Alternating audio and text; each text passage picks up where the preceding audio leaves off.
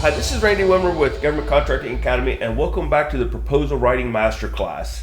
Today's topic is the proposal management section. Now, the management section is a little bit different than the technical sections of your proposal.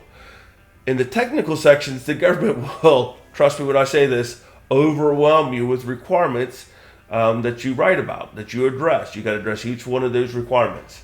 But the requirements for the management section are few and far between, and yet the page count is frequently as high, if not greater, than the technical sections.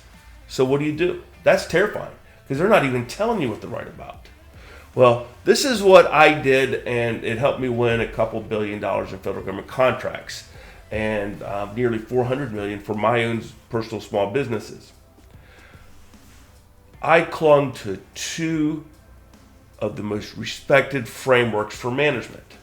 The Project Management Body of Knowledge, written by the Project Management Institute for Project Management Industry Best Practices, and for the ISO 9001 Quality Management System Standards for the management system stuff. That kind of is above and beyond project management, because they also, you've got to demonstrate your company's ability to manage a prime contract, which is different than project management.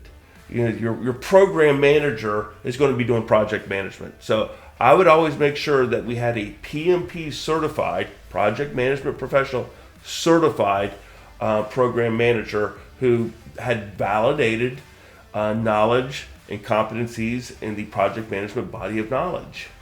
So that's how I would address that. Now, for the management system, I would highlight the ISO 9001 Quality Management System Standards, the globally accepted industry best practices for a management system.